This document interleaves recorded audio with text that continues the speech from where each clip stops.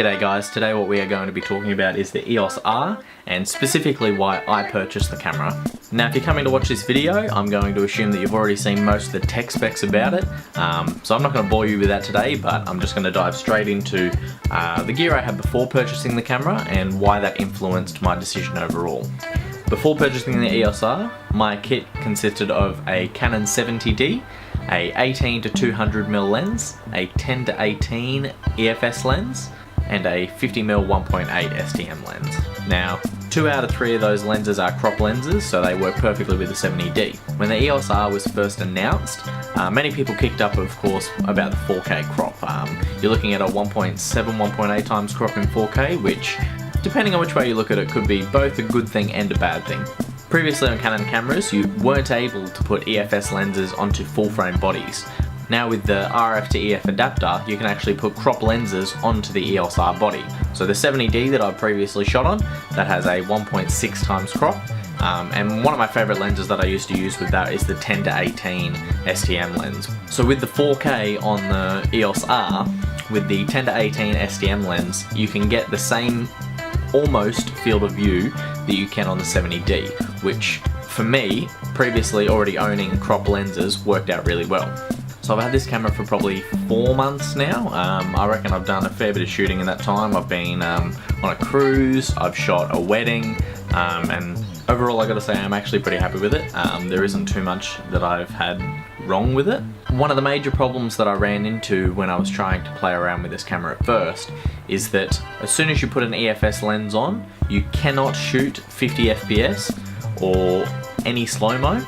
Now I had a 16 to 35 and a 50mm 1.8, both full frame lenses, which I started using once I purchased the EOS R. The only problem to those is that neither of those lenses have image stabilization. Now, this is where we get to the in-body stabilization issue. I didn't have it at all on the 70D, so I wasn't missing out on anything in my opinion. I knew I was always going to purchase a lens with image stabilization eventually. In the meantime, all I did was use the digital image stabilization on the EOS R. Now you have 2 modes of that. You have standard and enhanced mode, both incrementally crop in on your image to stabilize it. Basically, it's just like warp stabilization. The proximity sensor, now that it's a electronic viewfinder, has been a little bit of an issue, especially when it's on the gimbal. So when you moving the gimbal around and the rear motor comes up against the back of the screen, it turns the screen off and turns the viewfinder on, which can be a little bit frustrating if you're halfway through a shot. Another problem that I found is that with the articulating screen, the microphone input actually blocks some of the screen, so you can't see what you're doing, but it's only a small corner of it, so I'm not stressing about it too much. Is the EOS R for you? Now, of course it is a pretty pricey camera. In Australia it costs, with the adapter, around $3,300, which is pretty pricey considering what else is in the market at the moment. My recommendation is to you, if you were in the same boat as me, if you have invested in Canon lenses and you are happy to stick with the Canon ecosystem, if you're upgrading from a crop sensor camera to a full frame camera and you have a mixture of lenses, I'd say go ahead and buy the EOS R.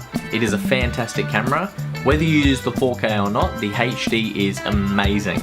If you're still unsure about what to buy, hold off for a month or so. Canon will be releasing a new mirrorless camera really shortly, so I'm interested to see what that'll be and what the video looks like on that one as well. At the end of the day, it comes down to what you want. For my use and from what I already had, it was the perfect option for me. Is it the perfect option for you? Well, that's up to you to decide. If you have any questions about the Canon EOS R, feel free to leave them down in the comments below. I'll be doing a separate video for 4K footage from the Canon EOS R, and I will link the video down in the description below. Until next time, see you later.